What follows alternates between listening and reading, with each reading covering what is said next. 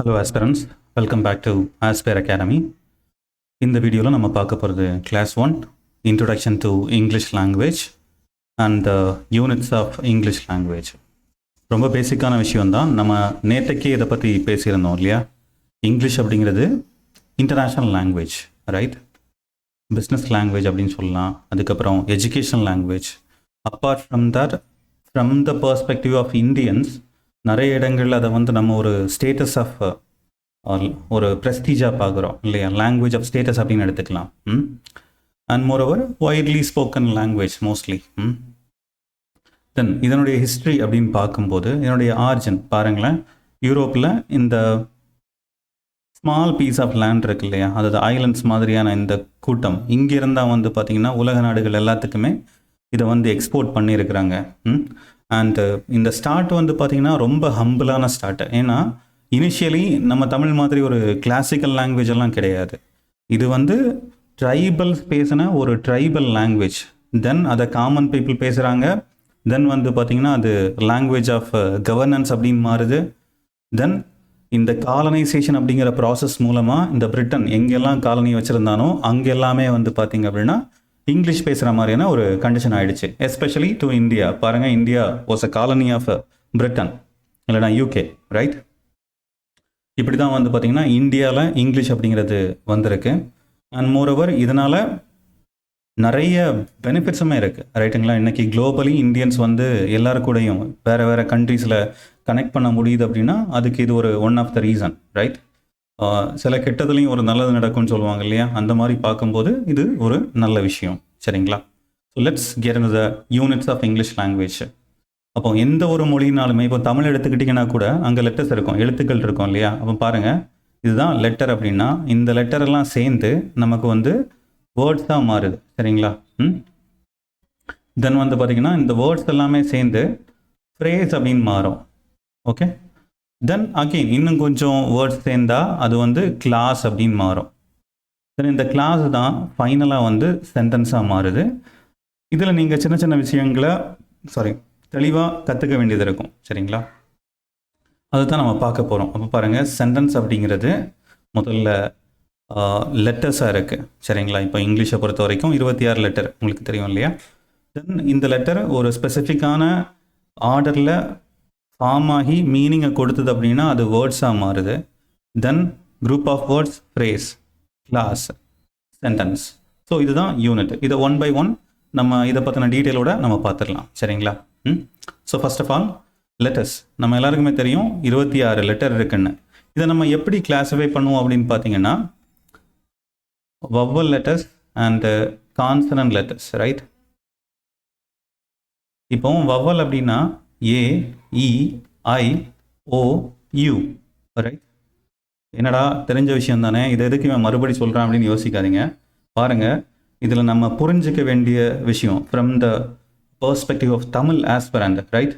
இந்த லெட்டர் அப்படிங்கிறது வேறு, இதுக்கான சவுண்டு வேறு. இப்போ ஃபார் எக்ஸாம்பிள் தமிழில் நான் ஆ அப்படிங்கிற எழுத்தை எடுக்கிறேன் அப்படின்னா இந்த எழுத்தும் இதனுடைய உச்சரிப்பும் சேமாக இருக்கும்.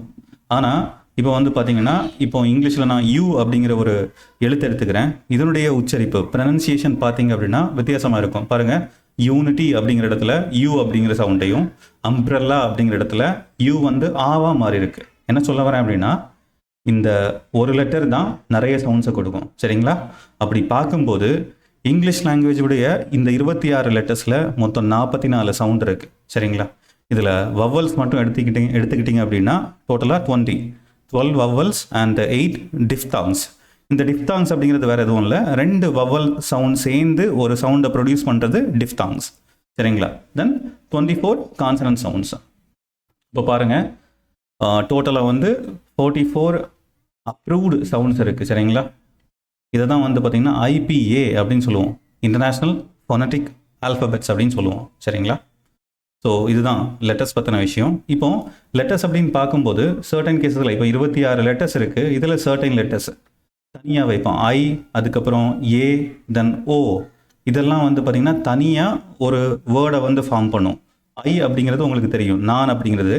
அண்டு ஏ அப்படிங்கிறது அப்படிங்கிற ஆர்டிக்கலாக நம்ம பயன்படுத்துவோம். ஓமை லார்டு ஆர் இந்த மாதிரி நம்ம சொல்லும்போது இதை இன்டர்ஜெக்ஷனாக பயன்படுத்துகிறோம். ஒரு ஆச்சரியத்தை எக்ஸ்பிரஸ் பண்ணுற ஒரு விஷயமா நம்ம பயன்படுத்துகிறோம். ரைட். இப்போ நான் உங்களுக்கு ஏர்லியராக அந்த யூனிட்ஸ் பற்றி நான் பேசும்போது ஜஸ்ட் சொல்லிவிட்டேன். இப்போ இந்த ஃப்ரேஸ் அப்படின்னு பார்த்தீங்க அப்படின்னா, first of all group of words. சரிங்களா? Group of words. ஆனால் இது ஒரு கம்ப்ளீட்டான மீனிங்கே கொடுக்காது. மேக் அ சென்ஸ், அதாவது ஒரு சின்ன ஒரு சென்டென்ஸுடைய ஒரு பார்ட்டு, அவ்வளோதான். சரிங்களா? இப்போ பாருங்கள், he came here in the evening. இந்த இடத்துல இந்த ஈவினிங் இந்த பார்ட்டு மட்டும் எடுத்துக்கிட்டிங்கன்னா இது குரூப் ஆஃப் வேர்ட்ஸாக இருக்குது. ஆனால் சென்டென்ஸுடைய ஒரு பார்ட்டு முழுமையாக ஒரு மீனிங்கை கொடுக்கல. சரிங்களா? அதே மாதிரி இதில் ஃபைனைட் வேர்ப் அப்படிங்கிற ஒரு விஷயம் இருக்காது. சரிங்களா? Finite verb. அப்போ இந்த ஃபைனைட் வேர்ப்னா என்னென்னு நமக்கு தெரியணும் இல்லையா? Main verb. சரிங்களா? மெயின் வேர்பை தான் நம்ம வந்து ஃபைனைட் வேர்ப் அப்படின்னு சொல்லுவோம். இப்போ பாருங்கள், இந்த இடத்துல ஷீ கேம் அப்படிங்கிறது மெயின் வேர்பு. அப்போ இந்த மெயின் வேர்பு வந்து பார்த்திங்கன்னா இந்த குரூப்பை, இந்த ஃப்ரேஸ் அப்படிங்கிற குரூப்பிங்குள்ளால இருக்காது. சரிங்களா? அதே மாதிரி ஆன் த அக்கேஷன், தென் வந்து பார்த்திங்கன்னா இந்த ஈவெண்ட் ஆஃப், இந்த மாதிரியான குரூப்பிங் எல்லாமே வந்து பார்த்திங்கன்னா ஃப்ரேஸ். ஏன்னா அதில் ஒரு மெயின் வேர்ப் இருக்காது, சென்டென்ஸுடைய பார்ட்டாக இருக்கும். சரிங்களா? தென் நான் இதில் நல்லா புரிஞ்சுக்கோங்க, ஃபைனைட் வேர்ப் இருக்காது அப்படின்னு சொன்னேன் இல்லையா? அப்போ ஃப்ரேஸில் ஃபைனைட் வேர்ப் இருக்காதுன்னா என்ன வேர்ப் இருக்கும் அப்படின்னு ஒரு கேள்வி வரணும். நான் ஃபைனைட் வேர்ப் இருக்கும். சரிங்களா? நான் ஃபைனைட் வேர்ப் வந்து இருக்கும். அப்போ இதில் நான் ஃபைனைட் எதெல்லாம் அப்படின்னு பார்க்கும்போது இந்த ஃபார்மேட் இருக்கு இல்லையா? 2 + V1 I am going to play. தென் இந்த ஃபார்மேட், இதை வந்து இன்ஃபைனைட் வேர்ப் அப்படின்னு சொல்லுவோம். இன்னொன்று வந்து பார்த்தீங்கன்னா ING form, playing, eating, studying, writing, இந்த மாதிரி ஐஎன்ஜி ஃபார்மில் வர்றது. தென் பாஸ்ட் பார்ட்டிசிபிள் அப்படின்னு சொல்லுவோம். Third form of verb. இப்போ பாருங்கள், ஈட், ஏட், ஈட்டன், ரைட்டுங்களா? அந்த மூணாவது ஃபார்ம் இருக்கு இல்லையா? இதுதான் வந்து பார்த்தீங்கன்னா பாஸ்ட் பார்ட்டிசிபிள். இந்த விஷயத்தை பற்றி நம்ம டைப்ஸ் ஆஃப் வேர்ப்ஸ் அப்படிங்கிற கேட்டகரியில் நம்ம முழுமையாக பார்ப்போம். பட் ஜஸ்ட் தெரிஞ்சுக்கோங்க. அப்போ இந்த மூணு கேட்டகரியுமே எதில் வருது அப்படின்னா நான் ஃபைனைட் வேர்ப்னு வருது. அப்போ ஃப்ரேஸில் ஃபைனைட் வேர்ப் இருக்காது, ஆனால் நான் ஃபைனைட் வேர்ப் இருக்கும். சரிங்களா? So let's move on to the next one. இந்த ஃபைனைட் வேர்ப்னா என்ன அப்படிங்கிறத நான் உங்களுக்கு தெளிவாக சொல்லிடுறேன்.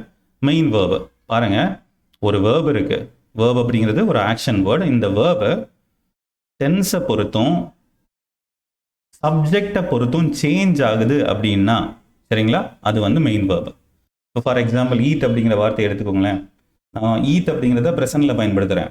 இதே ஏட் அப்படிங்கிறத பாஸ்ட்டில் யூஸ் பண்ணுறேன் இல்லையா? அப்போ பாருங்கள், ஈட், ஏட், அப்போ காலத்தை பொறுத்து மாறுது. இதே மாதிரி ஐ ஈட் சொல்கிறேன், we eat, you eat, they eat. இதே ஹீ போகும்போது he eats, she eats, it eats அப்படின்னு மாறுது இல்லையா? பாருங்கள், அப்போ சப்ஜெக்டை பொறுத்தும் நான் சேஞ்ச் பண்ணியிருக்கேன். Whether it is singular or plural அப்படிங்கிறத பொறுத்து நான் வந்து இதை மாற்றிருக்கேன். சரிங்களா? அப்போ இங்கே பாருங்கள், டாக்டர் கேம், கம் கேம் அப்படின்னு மாறி இருக்கு. சரிங்களா? தே ஆர் இதில் இந்த சென்டென்ஸில் இதுதான் வந்து பார்த்தீங்கன்னா மெயின் வேர்ப். ஏன்னா தே இருக்கிறதுனால ஆர் இருக்கு. இதுவே ஹீ ஆர் ஷீ இருந்தது அப்படின்னா இஸ் அப்படின்னு இருந்திருக்கும். ரைட்டுங்களா? ஹீ கம்ஸ், இப்போ பாருங்க ஐ அப்படின்னு இருந்தால் இது வந்து வெறும் கம் தான். சரிங்களா? கம்ஸ் அப்படின்னு போட்டிருக்க மாட்டோம். புரியுதுங்களா? அப்போ ஒரு வேர்பு டென்ஸை பொறுத்து சப்ஜெக்டை பொறுத்து சேஞ்ச் ஆகுது அப்படின்னா தட் இஸ் ஃபைனைட் வேர்ப். அப்போ டென்ஸை பொறுத்து வேர்பை பொறுத்து டென்ஸை பொறுத்து சப்ஜெக்டை பொறுத்து சேஞ்ச் ஆகல அப்படின்னா அது வந்து நான் ஃபைனைட் வேர்ப். சரிங்களா? நான் finite verb. Is that clear? அப்போ இந்த நான் ஃபைனைட் வேர்பில் தான் இன்ஃபினிட்டிவ்ஸ் அப்படிங்கிறது பார்த்தோம். 2 + V1 அப்படிங்கிறது ப்ரெசன்ட் வேர்ப்.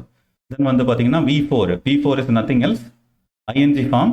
நம்ம கிராமட்டிக்கலி அந்த டேர்ம் சொல்லும்போது ப்ரெசன்ட் பார்ட்டிசிபிள் அப்படிங்கிற வார்த்தையை வந்து பயன்படுத்தியிருப்போம். அடுத்ததாக வந்து பார்த்தீங்கன்னா V3 அப்படிங்கிறது வந்து பார்த்தீங்க அப்படின்னா பாஸ்ட் பார்ட்டிசிபிள். அந்த தேர்ட் ஃபார்ம் சொன்னோம் இல்லையா? Eat, ate, eaten, write, wrote, written. அதே மாதிரி இப்போ ப்ளே, பிளேய்டு, பிளேய்டு, அந்த மூணாவது ஃபார்ம். சரிங்களா?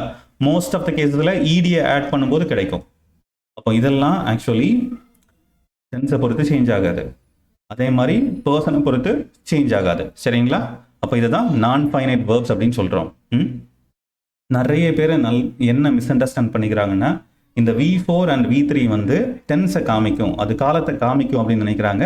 அது தவறானது. அது காலத்தை காமிக்கணும்னா இந்த V4 ஆர் V3 இதுக்கு முன்னாடி ஒரு ஆக்சிலரி வேர்ப் வரணும் காலத்தை காமிக்கிறதுக்கு. இஸ், வாஸ், ஹேவ், ஹேஸ் இந்த மாதிரியான வார்த்தைகள் வந்தால் தான் அது காலத்தை காமிக்கும். சரிங்களா? தனிப்பட்ட முறையில் அதாவது இண்டிவிஜுவலாக நிற்கும் போது இது காலத்தை காமிக்காது.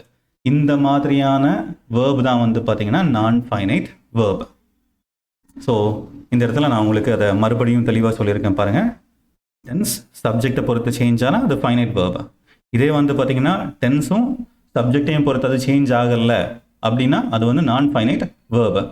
Apart from that it cannot stand alone.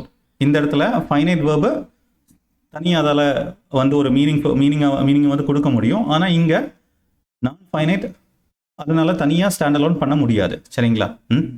இங்கே பாருங்கள், டு லேர்ன் இதுதான் இன்ஃபைனைட் வேர்ப். 2 + V1 அப்படின்னு சொல்லியிருந்தேன் இல்லையா?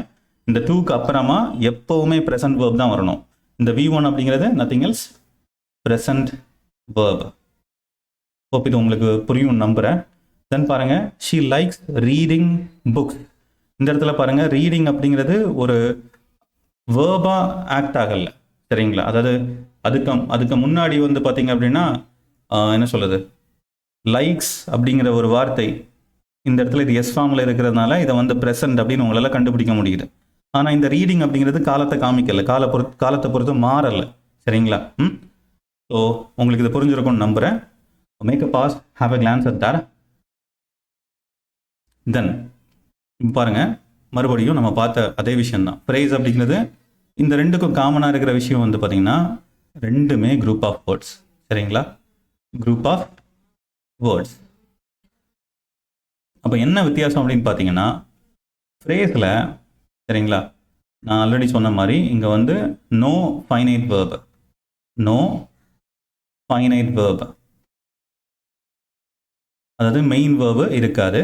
அதே மாதிரி சப்ஜெக்ட் ப்ளஸ் வேர்ப் அப்படிங்கிற காம்பினேஷன் இருக்காது. சரிங்களா? இதுவே கிளாஸ் அப்படின்னு பார்க்கும்போது இதுவுமே குரூப் ஆஃப் வேர்ட்ஸ் தான். ஆனால் இதில் ஃபைனைட் வேர்ப் இருக்கும். சரிங்களா? இதில் ஃபைனைட் வேர்ப் இல்லைன்னா அந்த மெயின் வேர்ப் இருக்கும். அதை தாண்டி சப்ஜெக்ட் ப்ளஸ் வேர்ப் அப்படிங்கிற காம்பினேஷன் இருக்கும். சரிங்களா? கிளியர்? அப்போ இந்த இடத்துல ஃப்ரேஸ் அப்படிங்கிறது group of words without a main verb. இதே கிளாஸ் அப்படின்னா வந்து பார்த்தீங்கன்னா group of words with main verb as well as subject verb ரெண்டுமே வந்து இருக்கும். கிளியர்? ஸோ பாருங்க, கிளாஸ் நான் உங்களுக்கு ஆல்ரெடி சொல்லிட்டேன், group of words with finite verb. Finite verb அப்படிங்கிறது காலத்தை பொறுத்து, அதே மாதிரி சப்ஜெக்டை பொறுத்து, வெதர் அது சிங்குலரா ப்ளூரலா அப்படிங்கிறத பொறுத்து சேஞ்ச் ஆகும். ரைட்? தென் இந்த கிளாஸஸையுமே நம்ம ரெண்டாக பிரிக்க முடியும். பாருங்க, இந்த இதில் சப்ஜெக்ட் அண்ட் வேர்ப் இந்த கண்டிஷன் இருந்தாலே ஒரு கிளாஸால் இண்டிபெண்ட்டாக இருக்க முடியும். சரிங்களா?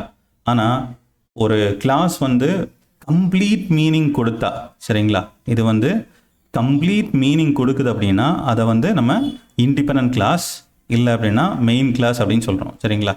அனதர் நேம் வந்து பார்த்தீங்கன்னா மெயின் கிளாஸ் அப்படின்னு எடுத்துக்கலாம். இதுவே பார்ஷியல் மீனிங் தான் கொடுக்குது, சரிங்களா, பார்ஷியல் மீனிங் தான் கொடுக்குது அப்படின்னா அதை வந்து டிபெண்டன்ட் ஆர் சபார்டினேட் கிளாஸ் அப்படின்னு எடுத்துக்கலாம். சபார்டினேட் கிளாஸ் உங்களுக்கு புரியும் நம்புகிறேன். இதை புரிஞ்சுக்கிறதுக்காக வந்து பார்த்தீங்கன்னா let me come up with traditional example. நம்ம ஸ்கூல் டைமில் இருந்தே இந்த லீவ் லெட்டர் எழுதும்போது ஒரு சென்டென்ஸ் வந்து பயன்படுத்துவோம். ஆஸ் ஐ ஆம் suffering from fever, I am unable to attend the class. Right? இப்போ பாருங்கள், இந்த இடத்துல நான் ஆஸ் ஐ இப்போ ஒரு ஆள் வந்து, இல்லைனா உங்கள் ஃப்ரெண்டு வந்து கதவு பக்கத்தில் வந்து நின்றுட்டு ஆஸ் ஐ ஆம் சஃபரிங் ஃப்ரம் ஃபீவர் அப்படின்னு சொல்லிட்டு அப்படியே திரும்பி போயிட்டா, யாரா இவனுக்கு எதுவும் ஆயிடுச்சா, பைத்தியக்காரன் அப்படின்னு யோசிப்பீங்க இல்லையா? அதாவது அவன் சொல்லி முடிக்காம ஒரு பார்ஷியலான ஒரு மீனிங் தான் இருக்கு இல்லையா? அப்போ இந்த பார்ஷியல் மீனிங் கொடுக்கறது, எனக்கு காய்ச்சல் வந்ததுனால அப்படின்னு இருக்குன்னா இது வந்து சபார்டினேட் கிளாஸ் இல்லைனா டிபெண்டன்ட் கிளாஸ். ரைட்? இதுவே I am unable to attend the class, பாருங்க, நான் இப்போ உங்ககிட்ட சொல்றேன் I am unable to attend the class அப்படின்னு நான் சொல்றேன் அப்படின்னா இது வந்து ஒரு முழுமையான மீனிங் கொடுக்குது. சரிங்களா? இதுக்கு அடிஷனலாக நான் ஏதாச்சும் ஒரு இன்ஃபர்மேஷனையோ எதையுமோ கொடுக்க தேவையில்லை. இன் தட் கேஸ் இது வந்து பார்த்தீங்கன்னா மெயின் கிளாஸ். சரிங்களா?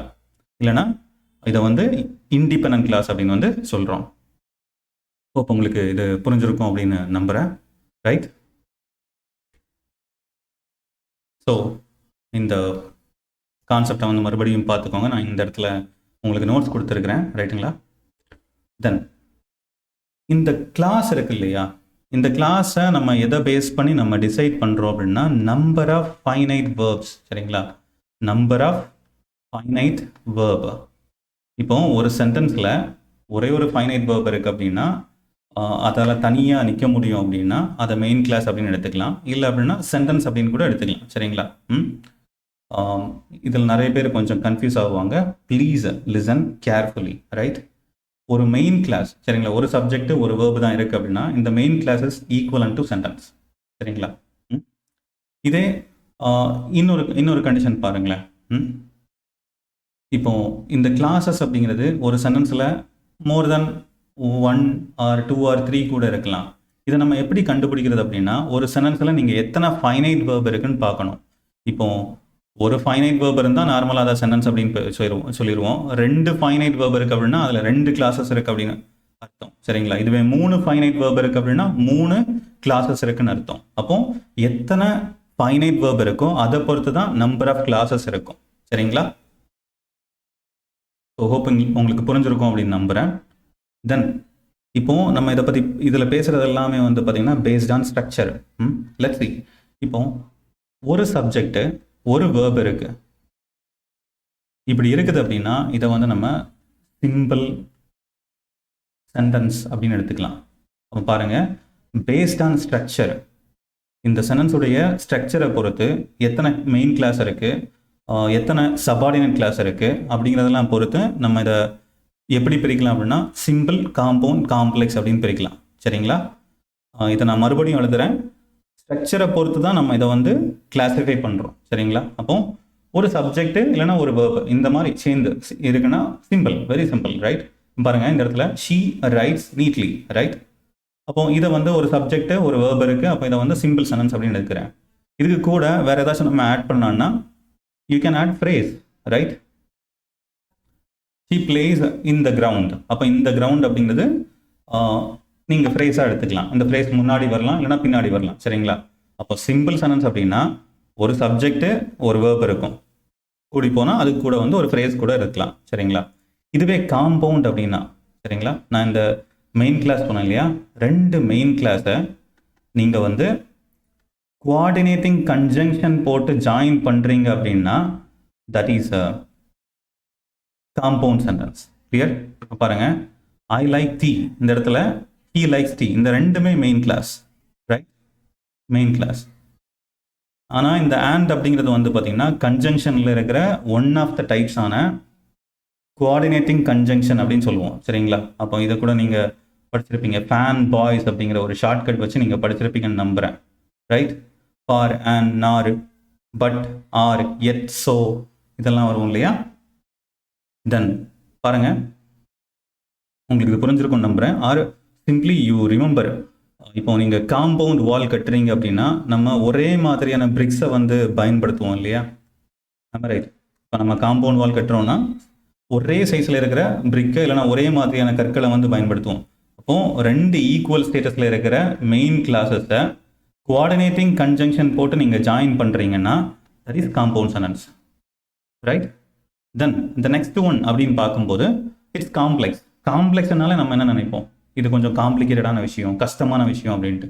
அப்போ இந்த இடத்துல வந்து பார்த்தீங்க அப்படின்னா ஒரு மெயின் கிளாஸு ப்ளஸ் வந்து பார்த்தீங்க அப்படின்னா 2 or more என்ன சொல்கிறது சபார்டினேட் கிளாஸை வந்து நீங்கள் சேர்க்குறீங்க அப்படின்னா இது வந்து காம்ப்ளெக்ஸ் சென்டென்ஸ். ரைட், அப்போ இதில் ஒரு மெயின் கிளாஸ், இப்போ நம்ம சொன்னோம் இல்லையா, ஆஸ் ஐ ஆம் suffering from fever, I am unable to attend the class அப்படின்னு நம்ம பார்த்தோம் இல்லையா. அது கூட அப்போ ஆஸ் ஐ ஆம் சஃபரிங் ஃப்ரம் ஃபீவர் வந்து பார்த்தீங்கன்னா it's a subordinate clause. I am unable to attend the class அப்படிங்கிறது மெயின் கிளாஸ்.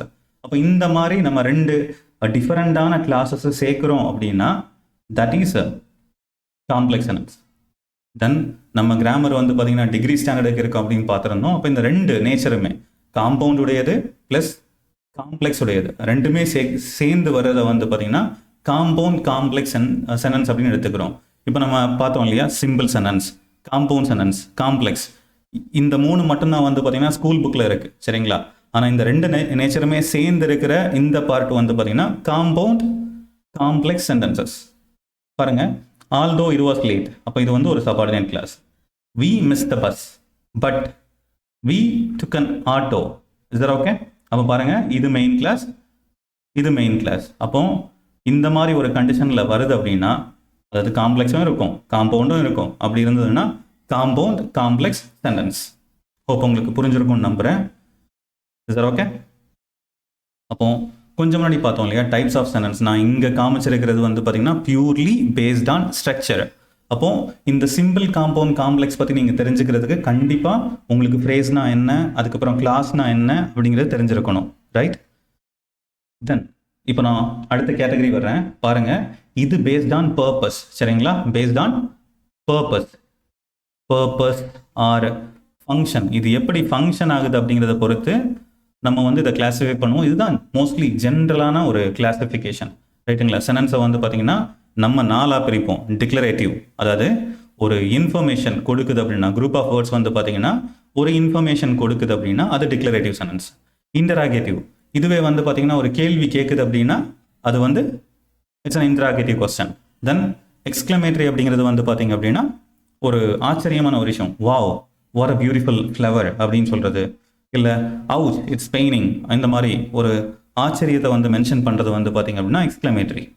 இம்பரேட்டிவ் அப்படிங்கிறது இதில் பலதரப்பட்ட ஃபங்க்ஷன்ஸ் வந்து வரும். For example order, request, command, suggestion, opinion, instruction, இந்த மாதிரியான விஷயங்கள் எல்லாமே வரும். சரிங்களா? தென் ஃபைனலி இதில் ஆப்டேட்டிவ் சென்டென்ஸ். ரைட். இந்த ஆப்டேட்டிவ் சென்டென்ஸ் அப்படிங்கிறது வேறு எதுவும் இல்லை, பிளெஸிங் ஆஸ் வெல் அஸ் நெகட்டிவாக கர்ஸ் பண்ணுறது, இந்த வாழ்த்துறது, சாபம் கொடுக்கறது, இந்த மாதிரியான கேட்டகரிகள்லாம் வந்து பார்த்தீங்கன்னா இதில் வரும். இதில் நம்ம வந்து விஷ் மட்டும்தான், விஷ் ஆர் ப்ரேயர், இப்போ மே காட் பிளஸ் யூ அப்படின்னு சொல்கிறேன் அப்படின்னா அது வந்து ஆப்டேட்டிவ் சென்டென்ஸு. அப்போ ஹெயில் மேரி அப்படின்னு சொல்கிறேன் அப்படின்னா அதுவும் ஆப்டேட்டிவ். இதே மாதிரி நம்ம இன்னொரு ஆளை வந்து பார்த்தீங்கன்னா சபிக்கிறோம் அப்படின்னாலும் அதுவும் வந்து இதில் வரும். ஆனால் சாரி, மீனிங்ஃபுல்லாக நம்ம அதை பயன்படுத்துறது இல்லை இல்லையா? As we are more positive people. Then this is me Anto, உங்களுடைய எஜுகேட்டர். அண்ட் இந்த டிஎன்பிஎஸ்சி குரூப் 2 கோர்ஸ் தாண்டி எஸ்எஸ்சிக்கான இங்கிலீஷ் இருக்குது. தென் ஆர்ஆர்பி, தென் வந்து பார்த்தீங்கன்னா டிஎன் டெட் ப்ரோக்ராம்ஸ் நம்மக்கிட்ட இருக்குது. ரைட். தென் ஸ்போக்கன் இங்கிலீஷ் கூட அவைலபிளாக இருக்குது. Right. If you want to avail that please go for it. இப்போ அதை தாண்டி நம்ம இந்த கிராமர் பார்ட்டை மட்டும் நான் உங்களுக்கு எப்படி ஷெட்யூல் பண்ணியிருக்கேன் அப்படின்னா பாருங்கள். First of all units of English language நம்ம இன்றைக்கி பார்த்துட்டோம் இல்லையா? லெட்டர் அப்படிங்கிற ஒரு விஷயத்தில் ஆரம்பித்தோம். ரைட். 26, இந்த 26க்கு 44 சவுண்ட்ஸ் இருக்குது. தென் வந்து பார்த்திங்கன்னா இந்த லெட்டரெல்லாம் கம்பைன் ஆகி வேர்ட்ஸாக மாறும். தென் வந்து பார்த்திங்க அப்படின்னா ஃப்ரேஸ் அப்படின்னு பார்த்துருக்கோம். ரைட். ஃப்ரேஸ் அப்படிங்கிறது group of words without finite verb. Right. Without finite verb. அடுத்ததாக கிளாஸ் பார்த்துருக்கோம் இல்லையா? கிளாஸ் அப்படிங்கிறது வந்து பார்த்தீங்க அப்படின்னா group of words with finite verb. இந்த கிளாஸையுமே நம்ம ரெண்டாக பார்த்தோம், MC main clause and subordinate clause. Main clause அப்படிங்கிறது கம்ப்ளீட் மீனிங் கொடுக்கும். தென் வந்து பார்த்தீங்கன்னா பார்ஷியல் மீனிங் கொடுக்குதுன்னா that is a subordinate clause. அப்போ இது எல்லாமே இப்போ நீங்கள் பார்த்த எல்லாமே வந்து பார்த்தீங்கன்னா it's a ingredients of a sentence. அப்போ ஒரு சென்டென்ஸுடைய பார்ட்டாக தான் இதெல்லாம் ஃபங்க்ஷன் ஆகுது. சரிங்களா? அப்போ இதுதான் யூனிட்ஸ் ஆஃப் இங்கிலீஷ் லாங்குவேஜ். தென் நம்ம டிஎன்பிஎஸ்சி சிலபஸில் வந்து பார்த்தீங்கன்னா அந்த கிராமர் போர்ஷன் வந்து அப்படியே ஷஃபில் ஆகி இருக்கு. சரிங்களா? ஆனால் நான் இந்த கோர்ஸை நான் எப்படி எடுத்துகிட்டு போகிறேன் அப்படின்னா from the basic to advanced. Clear? We are starting from the scratch. உங்களுக்கு வெரி பேசிக்லேருந்து நம்ம வந்து அட்வான்ஸ் லெவலுக்கு வந்து கொண்டு போகிறோம். சரிங்களா? With respective exercises. ரைட். அப்போ இது முடிச்சதுக்கு அப்புறமா இனிமேல் சென்டென்ஸுடைய கைண்ட்ஸ் பற்றி மெயின்லி நான் அந்த ஃபங்க்ஷன் பேஸ் பண்ணி கிளாஸிஃபை ஆகும் இல்லையா, அதைத்தான் கொண்டு போகிறேன். ஏன்னா இந்த இங்கிலீஷை பொறுத்த வரைக்கும் கொஞ்சம் டஃப்பான கான்செப்ட் அப்படிங்கிறது, அதாவது எழுதி பழகிறதுக்கு அதனுடைய உண்மையிலேயே நீங்கள் அந்த கமாண்ட் எடுத்துக்கிறது கஷ்டமான விஷயம். Simple compound complex, it will take time. அப்போ அந்த சிம்பிள் காம்பவுண்ட் காம்ப்ளெக்ஸ் படிக்கிறதுக்கு நீங்கள் கன்ஜங்ஷன் தெரிஞ்சிருக்கணும், இன்னும் நிறைய விஷயங்கள் தெரிஞ்சிருக்கணும். அதனால அதை பின்னாடி வச்சுருக்கேன். இதில் அந்த டிக்ளரேட்டிவ், இம்பரேட்டிவ், எக்ஸ்க்ளமேட்டரி, இன்டராகேட்டிவ் பார்த்தோம் இல்லையா, அதெல்லாம் கொண்டு வர்றோம். அதை தாண்டி parts of speech, classification of words. அப்போ இந்த பார்ட்ஸ் ஆஃப் ஸ்பீச் எவ்வளோ இம்பார்ட்டண்ட்டோ அதே மாதிரி டெட்டர்மினஸ், இதுக்குள்ளாலையுமே நிறைய விஷயங்கள் இருக்குது.